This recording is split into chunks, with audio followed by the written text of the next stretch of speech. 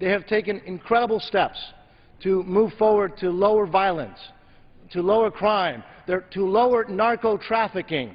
They're even now training police forces across the world, including Mexico, in their fight against narco-terrorism. It's an offensive caricature. The gentleman, an additional 30 seconds. Gentleman is recognized for an additional 30 seconds. Mr. Speaker, it's an offensive caricature of Colombia, a democratic ally, a place that is fighting for democracy and for freedom and for due process and the rule of law. We should recognize it, commend them, thank them for being such an ally, for being a democracy.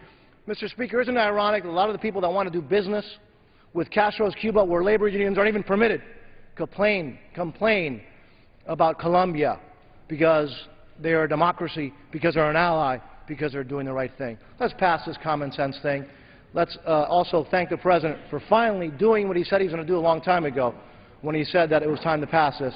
It's better late than never, Mr. President, but thank you for finally sending it. Time of the gentleman's expired. Gentleman from Michigan, seek recognition. I do.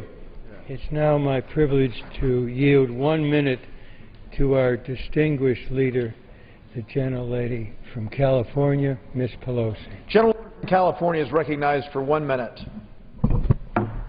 Thank you very much, Mr. Speaker. I thank the gentleman for yielding and thank him for his great leadership on protecting American workers while promoting the global economy, which we are proudly a part of.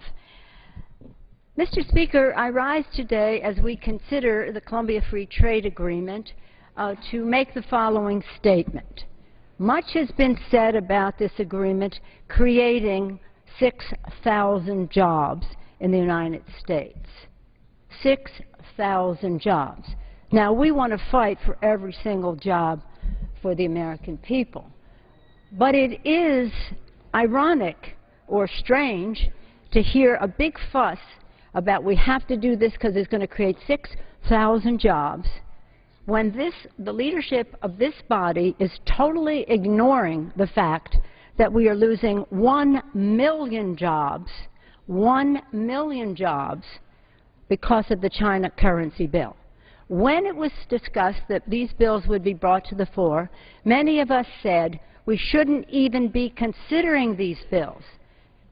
6,000 for Colombia, perhaps 70,000 for Korea, maybe 1,000 for Panama, 77,000 jobs. That's significant if, in fact, those numbers really bear out, but let's assume they do for a moment. We're making a big deal out of 77,000 jobs, which are a big deal. But how much bigger a deal is it to say we're ignoring the fact that we are losing over 1 million jobs per year because of the China manipulation of their currency? The distinguished speaker has said if we push this bill, we will start a trade war with China. My, have I heard that song before. Many of us have been fighting for a better relationship with China in terms of our trade relationship, and for at least 2 decades we've been fighting for opening of our markets to China to stop the piracy of our intellectual property. The list goes on. But this manipulation of currency, okay, so the Speaker says we're going to start a trade war. 20 years ago, when we started this debate, following Tiananmen Square, our trade deficit with China was $5 billion a year. We tried to use our leverage with most favored nation status to get the Chinese to open their markets, stop pirating our intellectual property, etc. And everybody said, if you do that, you will start a trade war. Just let the natural course of events take place. Well, we didn't start a trade war. But do you know what China's deficit, surplus with the United States is today? What our deficit is with China? $5 billion a year, 2 decades, 20 years ago, when we fought this fight and lost. It's now $5 billion per week. More than $5 trillion a week. Over $250 billion in surplus does the Chinese government enjoy in their relationship with the United States? So you're telling me that if we say we want you to act fairly in terms of your currency, that they're going to give up $250 billion in surplus? Much bigger exports to the United States, but in surplus. This manipulation in currency is a subsidy of the Chinese government for their products. So by subsidizing their exports, they make it uncompetitive for us, not only in the U.S.-China bilateral trade relationship, but also in the global marketplace, where we have to compete. Our exports have to compete with China's exports, and they have subsidized their exports on the manipulation of about 25% of their currency. 25% manipulation. This is just not fair. 1 million U.S. jobs. So when our colleagues make a fuss about 6,000, every one of them is precious to us. Yes. But why are we missing in action when it comes to 1 million jobs if 6,000 jobs are so important? And I agree they are. Last night in the Senate, they passed this legislation. They passed legislation to take action if China continues to manipulate their currency. We shouldn't even be talking about any trade bills until we do the same. They're not voting on China, on Colombia, Korea, and Panama before they voted on China. They did that. They staked their claim for the American workers. Speaker says we're going to start a trade war. The Chinese government started a war with America's manufacturing sector a long time ago. They've undervalued their currency, as I've said. They violate our intellectual property rights. They subsidize target industries. They dump their products into our company. This is a one-way street to the disadvantage of American workers. Look, many of us, when we grew up, we dug a hole in the sand at the beach, and we said we were going to reach China if we were digging far enough. If we dug far enough. It's a country that we want to have a brilliant relationship with, culturally, economically, politically, in every possible way, economically too. But when are we going to call a halt to something that is so obvious? We're talking about not an 800-pound gorilla, an 8-ton gorilla that is lying on the floor of this House that we want to ignore so we can talk about 6,000 jobs and 70,000 jobs, which are important. I don't want to minimize that. But why are you minimizing 1 million jobs at least that would be affected? You know, it's funny to me because when we were having the fight on most favored nation status for China, we were winning every vote. We just couldn't override the presidential vetoes. And so they had to change the name. You've heard the expression PNTR. Do you know what that means? It went from most favored nation, which they said that sounds, we can't win that argument, to permanent normal trade relations. You know what that means? Surrender all your leverage in the trade relationship. Surrender all, because this is a permanent normal trade relationship. So when specific things come up like the manipulation of currency, and by the way, other Asian economies peg their currency to China's currency, so we're getting an onslaught of this, it's really, really important for us to say, who are we here for? Who are we representing? We have a Make It in America agenda to grow and to strengthen our industrial and manufacturing base in our country. Exports are essential to our success economically. Small businesses are essential to the success of our economy. Small businesses want to export as well. But why are we saying to small business people, to our industrial workers, to our manufacturing base, you are now going to go into an arena which we have subscribed to that makes it you engage in an unfair relationship, because we will not speak out against this manipulation of currency. 61 Republicans are co-sponsors of the bill. It has bipartisan support. The Senate has passed the bill overwhelmingly with bipartisan support. They took it up first as a premise, planting a flag, staking a claim for the American worker before they went on to consider other trade agreements. Why can't we do that in the House?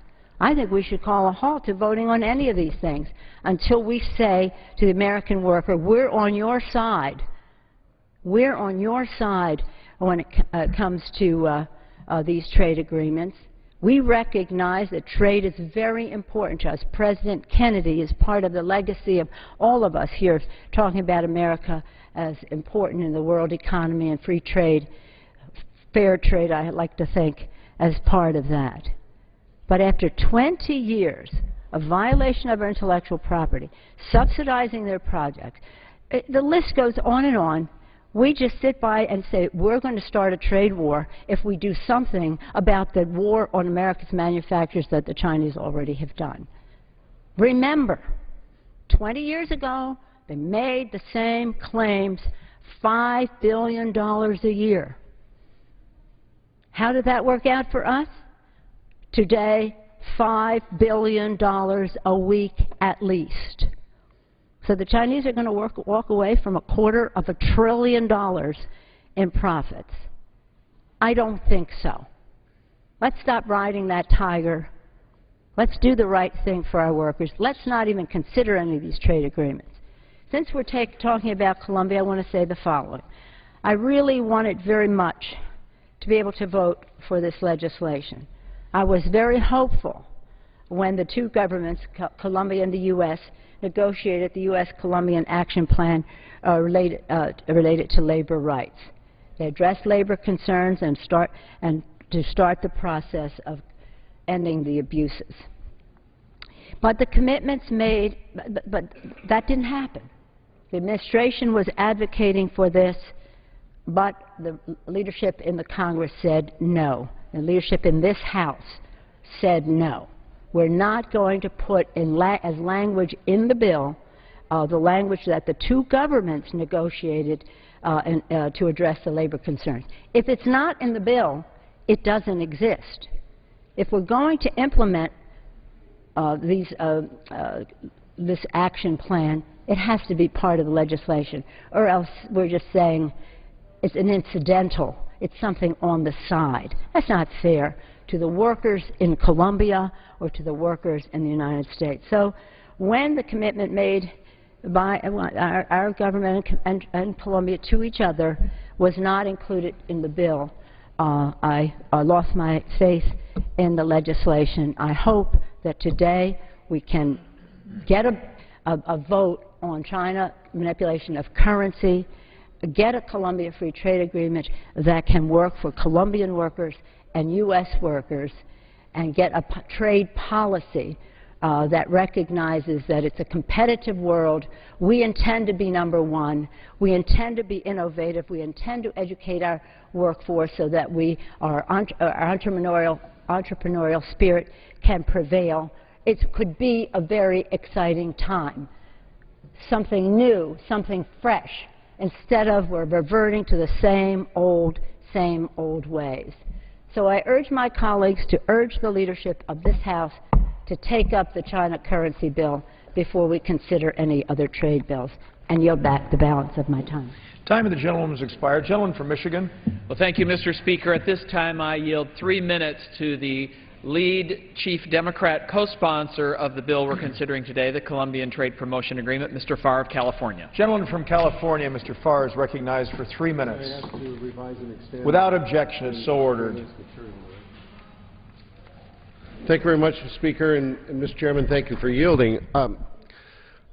I rise in support of this agreement. Look, Colombia is a very important country to us. It's got a lot of problems, but it has incredible potential. Colombia is a big country. It's the 20th largest trade partner with the United States. It's our best ally in Latin America. It was the oldest democracy in Latin America. It's the first country to accept Peace Corps. It allowed an Air Force base to be built in Colombia. Other countries haven't allowed that. They fought alongside of us, are now fighting alongside of us in Afghanistan. They help us with Mexico and our drug cartels by teaching the Mexican National Police and military how to handle those cartels. It's the first country to adopt a labor action plan. And let me speak to that. That labor action plan was adopted this year, April 11th. You're going to hear a lot of complaints. Well, it hasn't moved fast. It's only been in effect 6 months. It's already been able to organize the grocers into unions and other big industries into unions. It's the strongest labor plan ever adopted in the history of the United States trade agreements. And that's not my opinion. That's the opinion of the Secretary of Labor of this country. It's the opinion of the Congressional Research Office. And frankly, a lot of people say, oh, this is another NAFTA. No, no, no. It's not NAFTA. NAFTA didn't have the ILO Declaration on Fundamental Principles and Rights at Work and the follow-up provisions. This is the Peru Free Trade Agreement, which we passed, that has that right here under Article 17. And this is the Colombian Free Trade Agreement, exactly the same. The principles are the same. Number 2 reads, effective recognition of the right to collective bargaining. Effective recognition. That means that anything that stops that can be brought under this agreement, an action against the country. So, look, you'll hear arguments today that it's a loss of jobs. It's going to be a loss of jobs if we don't do this. You know, we have made a free trade agreement with every single country in Latin America except Colombia, Panama, and Ecuador. Every one of them. None of them with these labor protections. These will be the strongest. But if we don't lift those trade barriers, all the products that we send to Colombia have a tariff on them. All those other countries, they don't. All of the European countries that are entering in a free trade agreement with Colombia don't have it. Canada doesn't have it. So guess what? We're going to lose the jobs of people who make things here and send them there because it's going to be too expensive to buy them in Colombia. So we don't want to lose those jobs. We want to grow more jobs, and there's a great market in Colombia to do that. They say union workers are not protected. They're not allowed to organize. That's not true. In fact, the only country that counts the crimes against labor unionists is Colombia. It's the only country that has set up a ministry just to handle those crimes. You'll hear, oh, they haven't prosecuted enough. Some of those crimes were created in the 1960s, 70s, 80s. It's old, hard evidence. It's hard to figure out who did, but they have people assigned to it. They have investigators, they have judges, they have prosecutors. They've worked those out with the Colombian labor unions as to what crimes you want us to go after first. They're working with the unions. A lot of unions are in support of this free trade agreement because of the labor standards that we've required them to adopt. So I would submit to you, Mr. Chairman, that the provisions in this Colombian Free Trade Agreement are the strongest labor provisions in any U.S. free trade agreement. Can I have another? I'll give the gentleman an additional 15 seconds. The gentleman is recognized for an additional 15 seconds. If we're going to encourage progress, we're investing a lot of money in Colombia. We have Peace Corps volunteers in Colombia. If we're going to encourage growth of U.S. industries and markets in South America, if we're going to really deal with the culture of poverty, then we have to encourage a strong future for both countries. And the only way to do that is to assure the adoption of this agreement. The gentleman from California has expired. What purpose is the gentleman from Michigan, Mr. Levin, rise? I now yield to another member of our committee, Mr. Thompson, 2 minutes. Gentleman from California, Mr. Thompson, is recognized for 2 minutes. Thank you, Mr. Speaker, and thank the gentleman for yielding me time. I rise in opposition to the Colombia trade bill. Trade agreements must be balanced, facilitating reciprocal, two-way trade between nations. It's absolutely necessary that we also take into consideration small family-owned domestic industries that are sensitive to cheap foreign imports. Unfortunately, the Colombia trade bill falls flat in accomplishing these goals. For more than 20 years, Colombia has benefited from the duty-free access to the U.S. market under the Andean Trade Preferences Act. At the same time, some Colombia industries have received big government subsidies from the Colombian government, and oftentimes our own U.S. foreign aid dollars fall to them, benefiting them. These policies have slowly eroded one of California's most unique and innovative industries. California is home to the vast majority of domestic cut flower growers in the United States of America. They account for more than 10,000 jobs across our state and represent hundreds of millions of dollars in economic activity every year. Because of these failed trade policies, Colombia now has a stranglehold on 75% of the U.S. cut flower market, creating a marketplace dominated by cheap foreign flowers produced with cheap, unregulated labor. This puts our small family-owned businesses at an extreme disadvantage. You can't tell me that it's cheaper to import flowers from Colombia than it is to grow them in our own backyard. I drive through Northern California on a very regular basis and see collapsed, dilapidated, and unused greenhouses, literally littering the small towns and rural communities of California. It's clear this industry has taken a major hit over the last few decades due to this flawed trade policy. As we see more and more flower farms and greenhouses closing all over California. Gentleman from California is recognized for an additional 30 seconds. This reminds us of the last time we did business with Colombia. This agreement is anti-family business and it's anti-American jobs. I urge a no vote on the Colombia trade bill, and I yield back the balance of my time. The gentleman has expired. For what purpose, the gentleman from Michigan rise? Well, thank you, Mr. Speaker. I yield 1 minute to a distinguished member of the Ways and Means Committee, the gentleman from Kentucky, Mr. Davis. Gentleman from Kentucky, Mr. Davis, is recognized for 1 minute. Thank you, Mr. Speaker. I want to thank Chairman Camp and Chairman Brady for their leadership on moving the 3 pending free trade agreements that are long overdue for our consideration. I strongly urge all of my colleagues to support passage of all 3 pending trade agreements. Passing the Colombian agreement would not only create jobs in the U.S., but signal our dedication to a faithful and strategic ally. During my service in the U.S. Army, I ran Army flight operations with the multinational force and observers Sinai while serving jointly with the Colombian military. That was over 25 years ago, and watching the changes that have taken place, Colombian troops are still serving in peacekeeping roles. They're serving internationally now in counterinsurgency and counter-narcotic roles around the globe. And in 20 years, Colombia has gone through an incredible economic, social, and democratic transformation. They're a robust democracy with strong ties to the United States in a region that includes increasingly anti-American governments, especially Venezuela. Let's strengthen these ties and eliminate any concern about America's reliability as a partner by ratifying the Colombian trade agreement. I urge my colleagues to vote in favor of the Colombia Free Trade Agreement for the job creation potential it brings to our struggling economy and especially to improve our national security in the Western Hemisphere. Thank you, Chairman Camp, and I yield back the remainder of my time. Time of the gentleman has expired. Gentleman from Michigan. I now yield 2 minutes to the distinguished member from Nevada, a member of our committee, Mrs. Berkeley. Gentlewoman from Nevada is recognized for 2 minutes. Thank you, Mr. Speaker, and thank you, Mr. Chairman, for yielding me the time. I rise today to talk about what should be Congress's top priority: jobs, jobs, jobs.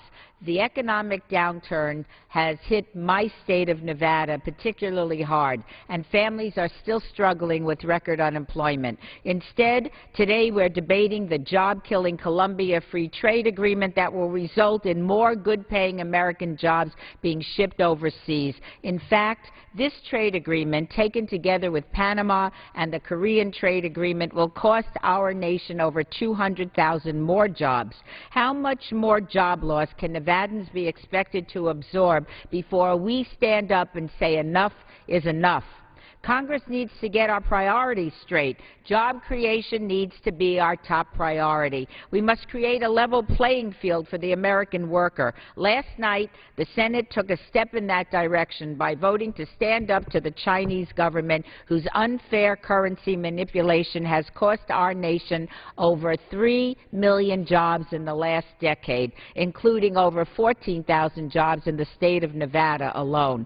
The House should be following suit. Instead of focusing on a trade agreement that will send more Nevada jobs to foreign countries at a time that we could least afford it, we should reject these job-killing trade agreements, pass the China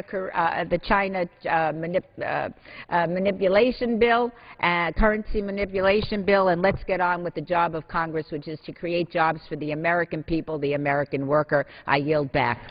Gentlewoman yields back the balance for time. Gentleman from Michigan. Thank you, Mr. Speaker. I yield 2 minutes to the distinguished gentleman from Virginia, Mr. Moran. Gentleman from Virginia, Mr. Moran, is recognized for 2 minutes. Thank you, Mr. Speaker. Mr. Speaker, I do understand the concern that my very good friends express on the Democratic side about the threat of violence in Colombia and the loss of jobs in America. But what I don't understand is how voting against this trade agreement helps on either front. A no vote does nothing to create more jobs in America, nor, in fact, to reduce the level of violence in Colombia. The fact is that the rate of violence in Colombia has been cut in half. The murder of trade union members is down by 80%. College enrollment is up by 50%. 90% of children are in school now. Poverty is down by 25%. Why? In large part because of the $8 billion in Plan Colombia we provided. Now, the Colombian government wants to show their appreciation for our investment in Colombia's future by letting us share in their new prosperity. It's difficult to do that, though, when Colombia has average tariff barriers of 9%, agriculture at 17%. The U.S. has virtually no tariff barriers. And so this is a one-way street going in our direction, this trade agreement. The share of U.S. imports, though, to Colombia as a total amount of their imports has dropped from 21% to 9%. And that's because of the trade agreements Colombia has been able to sign with Argentina, Brazil, Canada, and others. And they're about to further eat into American jobs by signing a trade agreement with the European Union. So we in America made the investment to help Colombia become less violent, more democratic, and more prosperous, and now we want to disengage. Rather than reap the benefits of producing jobs, products, and services in America for export to Colombia. It seems to me my very good friends on the Democratic side should support our president, who's doing everything he can to create jobs here. And he understands when we don't have tariff barriers that we have to overcome in other countries, we can better produce products and services to sell to those countries and to generate more jobs in this country. That's what we ought to be about. It seems to me a yes vote on all three trade agreements is the right thing to do. Thank you, Mr. Speaker. Time of the gentleman's expired. Gentleman from Michigan, Mr. Levin, seek recognition. How much time is there, please, on both sides?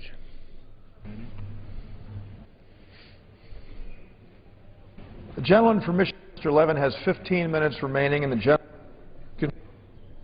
14 and a quarter minutes remaining, and the gentleman from Michigan, Mr. Camp, has 14. Mr. Levin has. Okay. I think I got it straight now. There are two gentlemen from Michigan, so that makes it a little challenging here. The gentleman from Michigan, Mr. Camp, has 14 and a quarter minutes remaining. The gentleman from Michigan, Mr. Levin, has 15 minutes remaining. I guess this gentleman from Michigan goes next. I now yield 2 minutes to another distinguished member of our committee, Mr. Kind, of the great state of Wisconsin. Gentleman from Wisconsin, Mr. Kind, is recognized for 2 minutes. Thank you, Mr. Speaker. I ask unanimous consent to revise and extend my remarks. Mr. Speaker, I'm grateful for the gentleman from Michigan's allotment of time, and I rise in strong support of the three trade agreements before us today, the Colombia Agreement, Panama, as well as South Korea. And let me explain why. For too long, I feel the United States have been standing on the sidelines while other countries are moving on without us, opening up market share, establishing bilateral, multilateral agreements with them.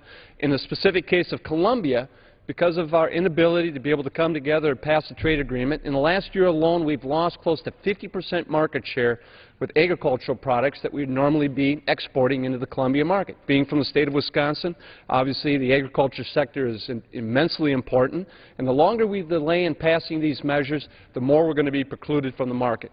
But, Mr. Speaker, I rise and share the concern of so many of my colleagues today in regards to labor rights in Colombia. But I think the Colombia today is not the Colombia of 10 years ago or even 5 years ago. And much to the credit of the ranking member on Ways and Means, Mr. Levin, who worked tirelessly to make sure that we had a labor action plan to work with Colombia to improve labor rights and protections, He thinks it should be a part of the body of the agreement. I think it's being implemented as we speak now, and it's not necessary. But the Santos administration realizes it's in their best interest to do more to enhance labor rights and protections in Colombia. And I think a large part of the credit deserves the gentleman seated next to me here today, Mr. Levin. But we're just 4% of the world's population. Of course we've got to have a proactive trade agenda. The question is whether we're going to be a member of a rules-based trading system or not, because we are going to be trading with these countries one way or the other. These trade agreements now have core international labor and environmental standards in the bulk of the agreement, fully enforceable with every other provision. That is an attempt to elevate standards upwards rather than seeing this race to the bottom that so many of my colleagues are concerned about.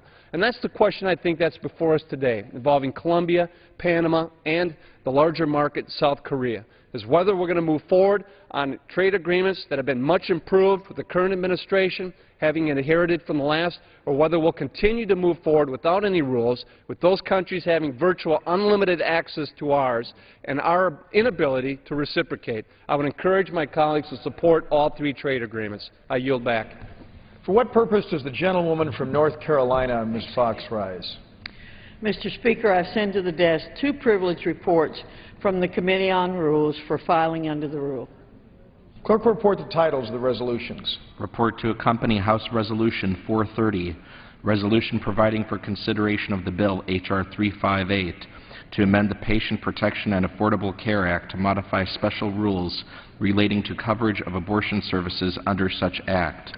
Report to accompany House Resolution 431, resolution providing for consideration of the bill H.R. 2273 to amend Subtitle D of the Solid Waste Disposal Act to facilitate recovery and beneficial use and provide for the proper management and disposal of materials generated by the combustion of coal and other fossil fuels. Referred to the House calendar and ordered printed. What purpose does the gentleman from Michigan rise? Thank you, Mr. Speaker. I yield 1 1/2 minutes to the distinguished chairman of the Agriculture Committee, the gentleman from Oklahoma, Mr. Lucas. Chairman of the Committee on Agriculture, Mr. Lucas, is recognized for 1 1/2 minutes. Mr. Speaker, I rise to voice my support for this free trade agreement on behalf of America's farmers and ranchers. All three free trade agreements under consideration today are essential for our nation's agricultural industry. Out of every $100 in agricultural sales, more than $25 comes from exports. So market access is critical to the success of our farmers and ranchers.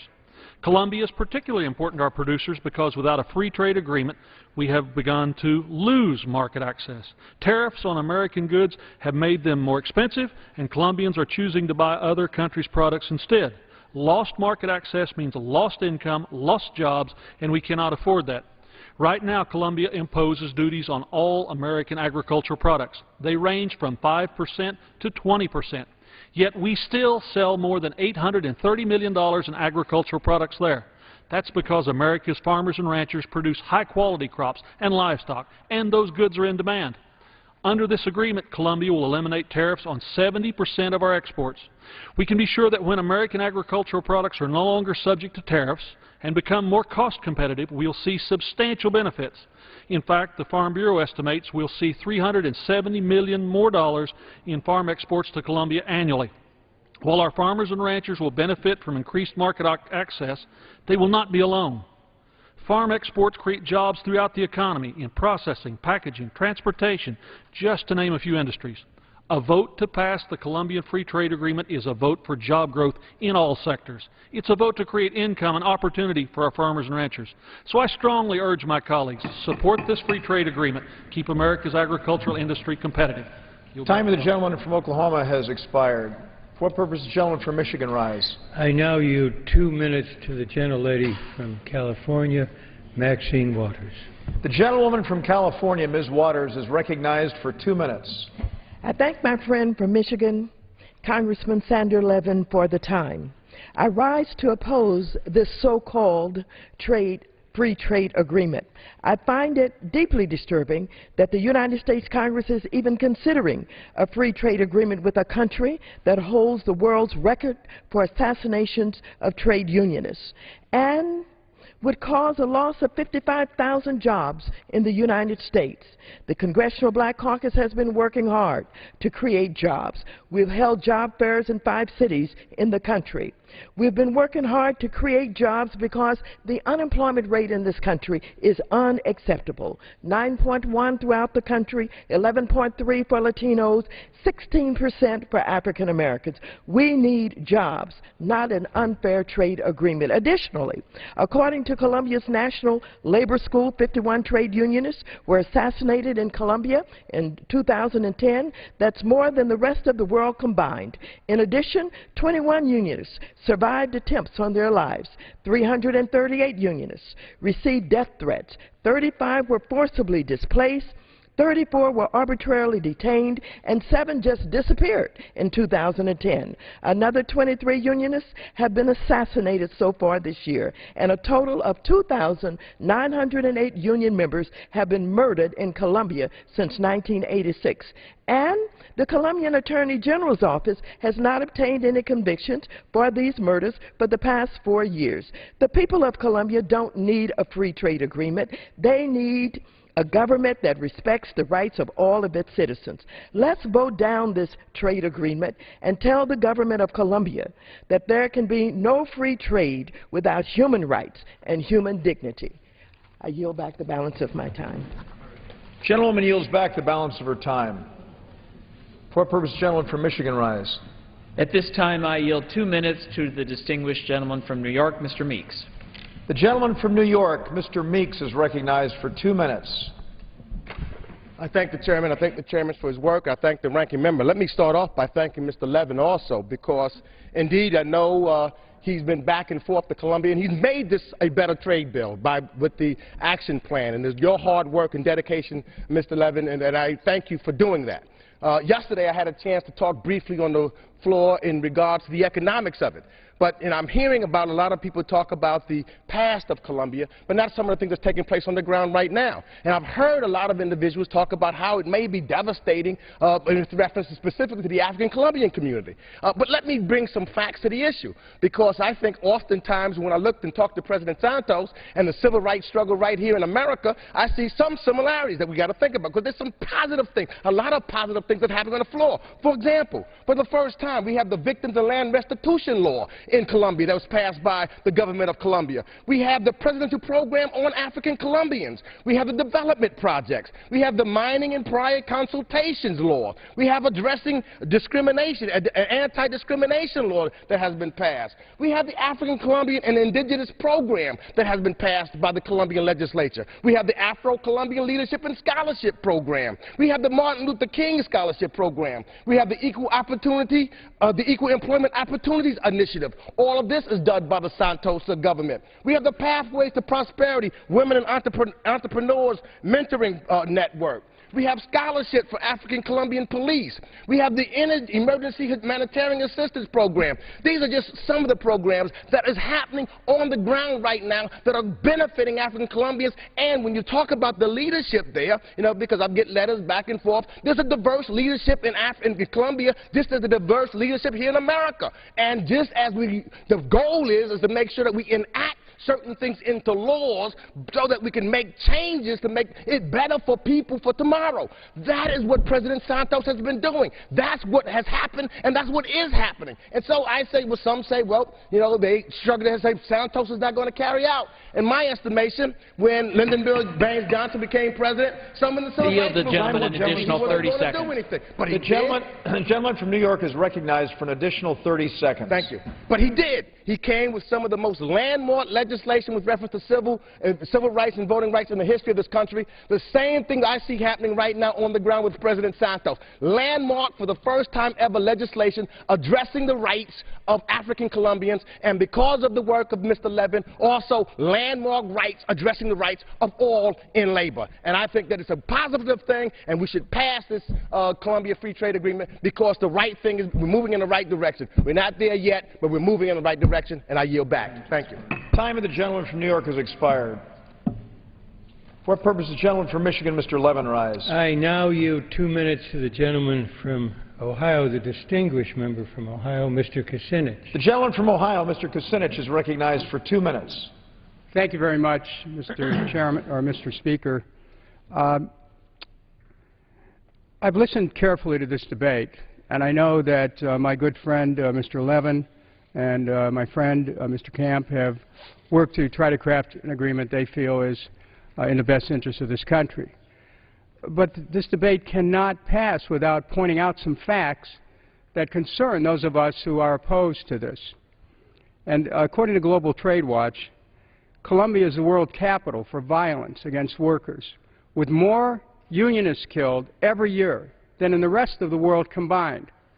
Unionist murders have been growing from 37 in 2007 after the deal was signed to 51 in 2010, even though Colombia has been under maximum security. Only 6% of the nearly 2,680 unionist murders that have occurred have been prosecuted to date. The deal doesn't require Colombia to end the unionist murders or bring past perpetrators to justice to obtain special trade privileges. Colombian unions oppose the deal and agree with U.S. unions that a recent action plan will not fix this horrific situation. Colombia has the highest number of displaced persons in the world, outpacing even Sudan, because of forced displacement and land grabs, often with Colombian military involvement. Now, I know there's been an attempt to try to address these, but I think that we have to get the government of Colombia to answer these things first before we pass a trade agreement. I don't believe that they have sufficiently done that, and in particular, they haven't brought to justice those who were responsible for the murder of all these unionists. And I think that as a country which supports the right of people, freedom of association, the right of free speech, if we do not stand for it in these trade agreements, then we can expect the same kind of conduct to occur. This is a concern that I have, notwithstanding what I know are the honest, good faith efforts by my colleagues who support this, even though I don't. I urge the bill's defeat. Time of the gentleman from Ohio has expired. Gentleman from Michigan. At this time, I yield 1 minute to the distinguished gentleman from Kansas, Mr. Yoder. Gentleman from Kansas, Mr. Yoder, is recognized for 1 minute. I thank the chairman for the time, and I thank the speaker. And if my colleagues, if we listen to this debate today, if we listen to our constituents at home, the constituents are asking us to focus on one thing: jobs. We've talked about a lot of issues today. We've talked about unions. We've talked about all sorts of issues. But at the end of the day, the American people are asking us to focus on jobs. These trade agreements allow American companies to export more products to Colombia. They level the playing field, and they create jobs back here at home in America. Colombia is the third largest U.S. export market in Latin America, and for farmers and companies in places like Kansas, exports have grown over 667% in the last 13 years, even with the one-side tariffs that Colombia is currently imposing. If we level the playing field, allow companies in Kansas and across the country equal access to Colombian markets, exports will go up, as will the jobs those exports create. Mr. Speaker, every day we don't pass these agreements, we are falling behind, and our companies and our workers are at a disadvantage. If our top priority is jobs, then it's time to open up these markets, put our businesses on a level playing field, and create jobs at home as opposed to exporting them overseas, and I yield back. Time of the gentleman from Kansas has expired.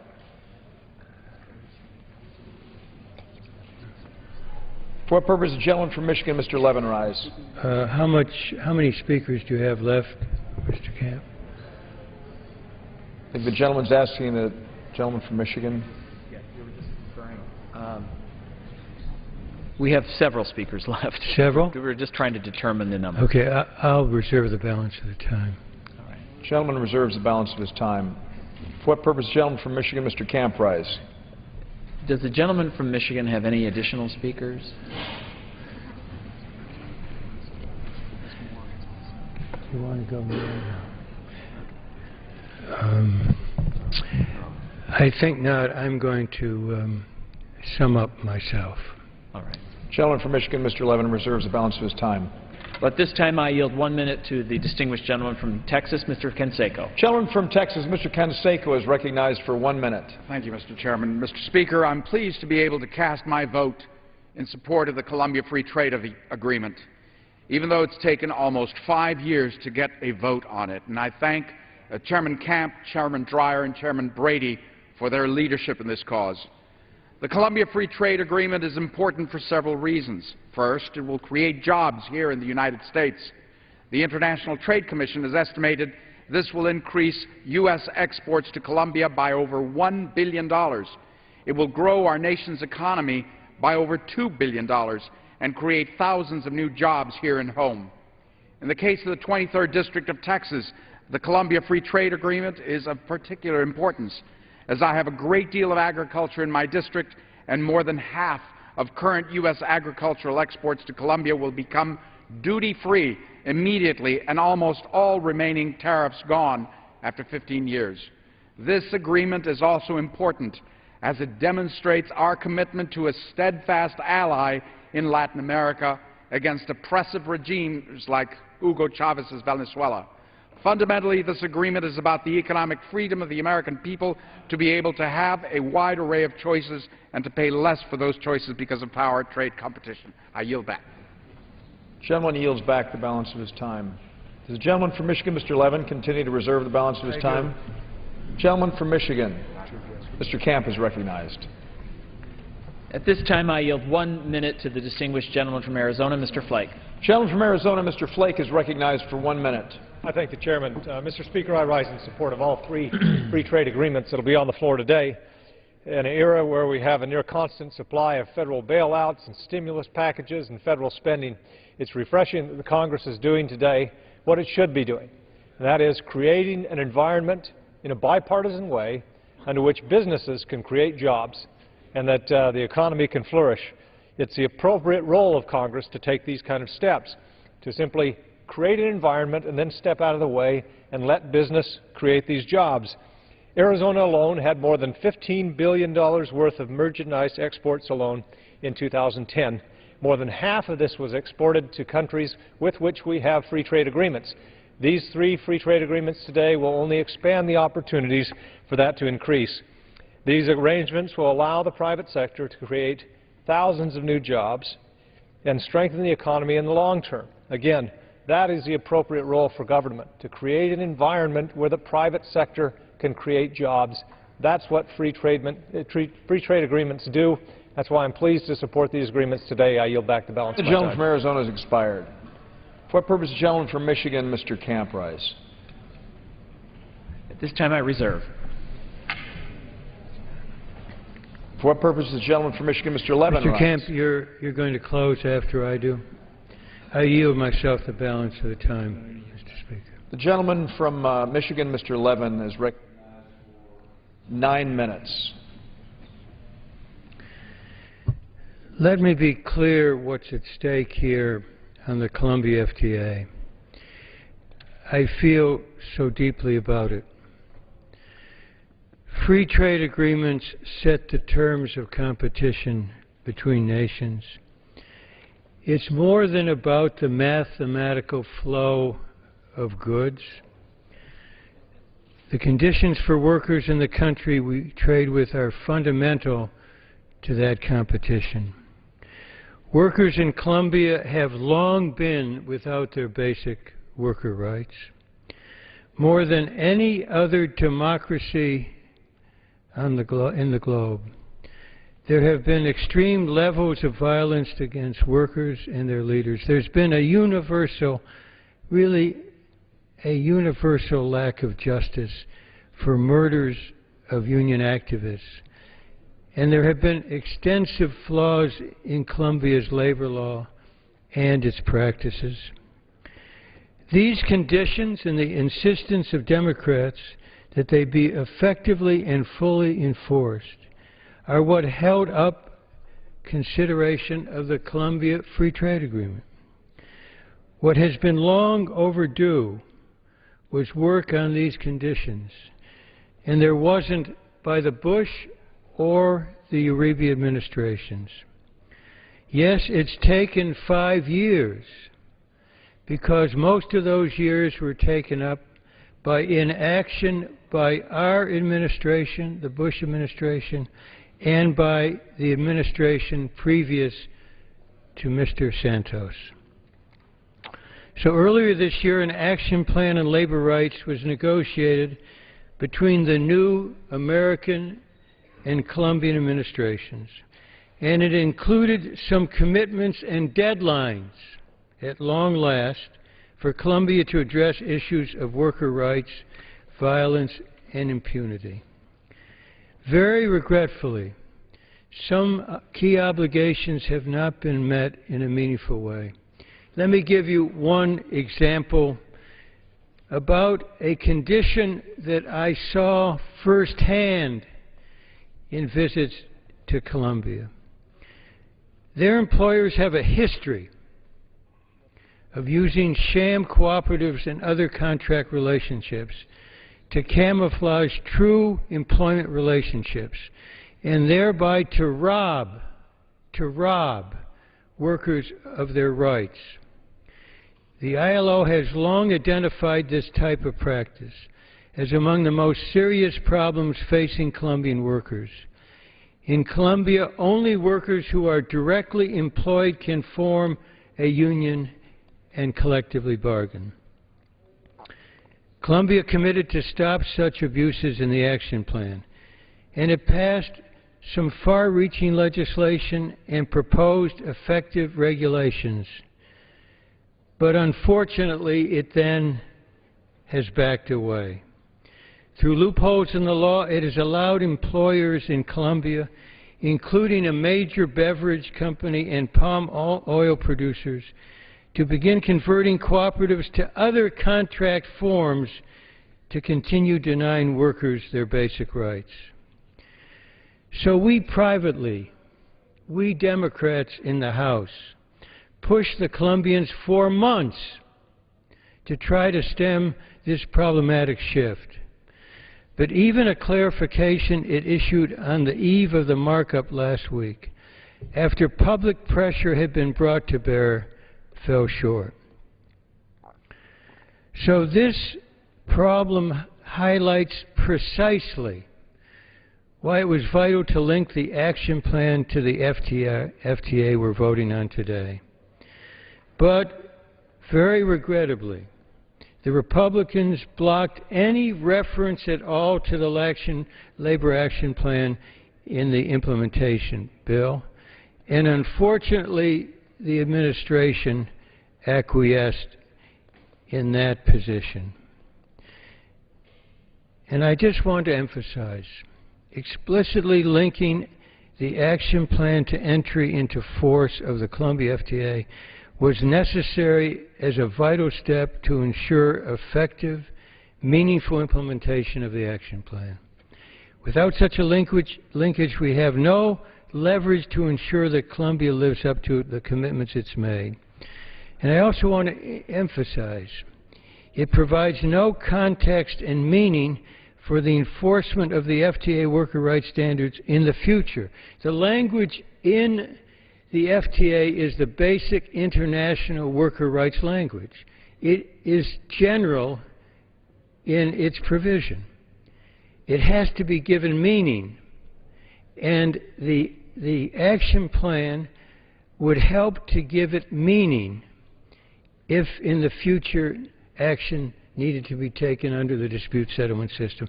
And so when there's no linkage between the implementation bill and the action plan, it takes away the context for future action.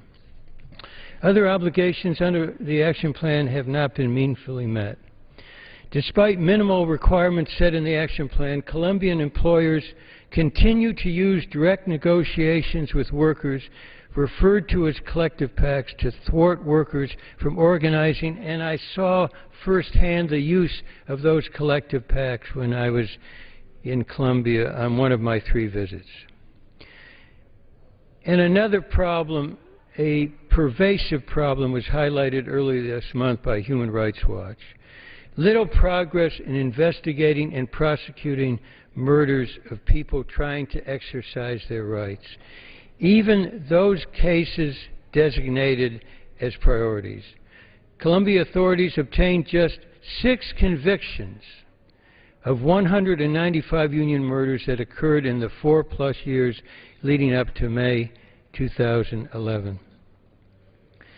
And it's told that the ILO left off Colombia on its list, that's because employers vetoed Colombia being on the list.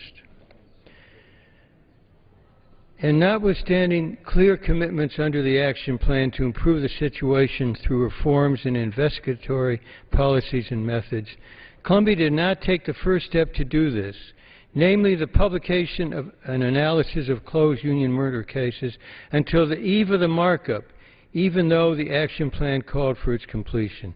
Even with this, it is clear that additional leverage is necessary. Interviews by Human Rights Watch with Colombian prosecutors reveal that there's been no clear direction to implement the new policies and methods as committed to under the action plan. I wish I could stand here today and say that Colombia had fully implemented the commitments under the action plan to date, and very significantly, vitally, that the legislation incorporated the action plan and conditioned the FTA's entry into force on its effective implementation. I cannot in good conscience do so. Therefore, I urge my colleagues to oppose the Colombia Free Trade Agreement.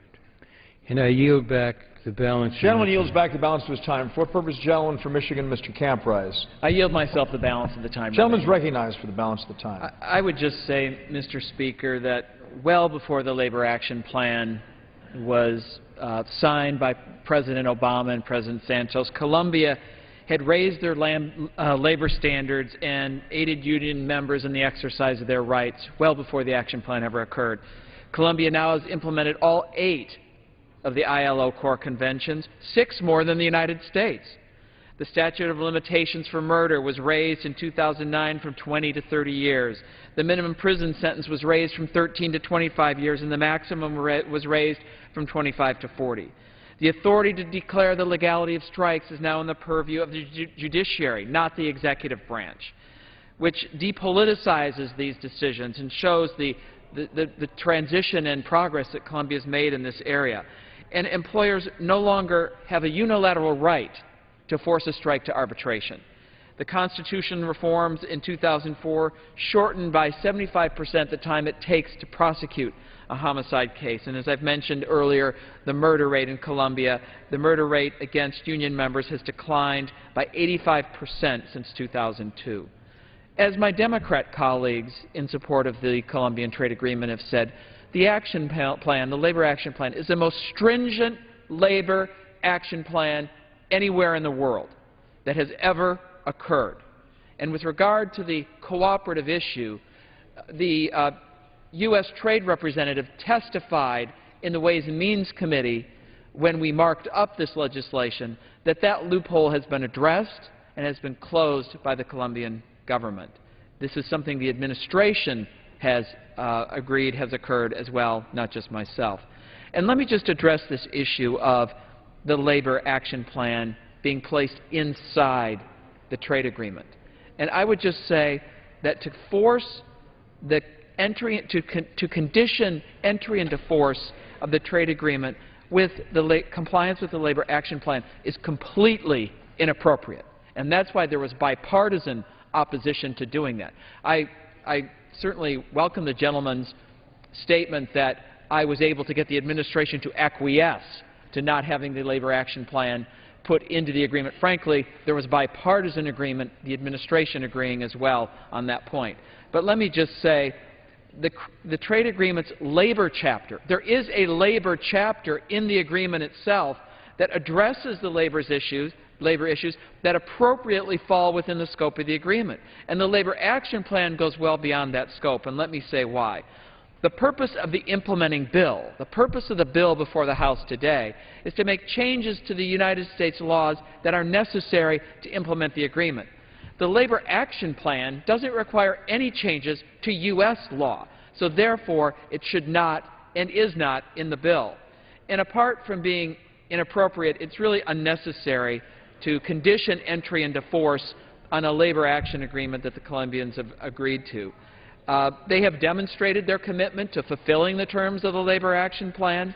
They have satisfied and on time every single action item that has come due this far, and the administration, our administration, has certified that they have satisfied those conditions. There's only a few conditions that remain. There's only a few conditions that remain which are due at the end of the year, and a few due in 2012, which we fully expect they'll completely agree to. And let me just say that it is high time we took up this agreement. Last year, Colombian exporters paid virtually no tariffs when they shipped goods to the United States. But our exporters paid a tariff on an average of 11% trying to enter into their market. This agreement removes that imbalance by eliminating the Colombian duties. This need is urgent. Our exporters have paid nearly $4 billion in unnecessary duties since this agreement was signed and has been pending over the years. And we know from experience these agreements will yield the benefits that we say they will. Between 2000 and 2010, total U.S. exports increased by just over 60%. But our exports to countries in which we have trade agreements increased by over 90%. Our exports to Peru, for example, have more than doubled since the passage of the U.S.-Peru trade agreement, and those are very important statistics in these tough economic times. So this is a major economic opportunity. Delay has been costly. There are major economies whose workers and exporters compete directly with ours. They have moved aggressively to sign and implement trade agreements with Colombia, Canada, Argentina, Brazil. Those undermine our competitive edge for our nation and our workers and our families. So we've been falling behind. We've been losing export market share that took years to build, frankly. And, for example, just the U.S. share of Colombia's corn, wheat, and soybean imports, it fell from 71% in 2008 to 27% in 2010, after Argentina's exporters gained preferential access. Obviously, we have seen also a decline in our exports of wheat since Canada signed its trade agreement with Colombia 2 years after they entered into force their agreement with Colombia, which was signed 2 years after ours. So we owe it to U.S. workers, we owe it to our exporters to approve this agreement now and to press the President for prompt implementation. I would urge strong support for this agreement and yield back the balance of my time.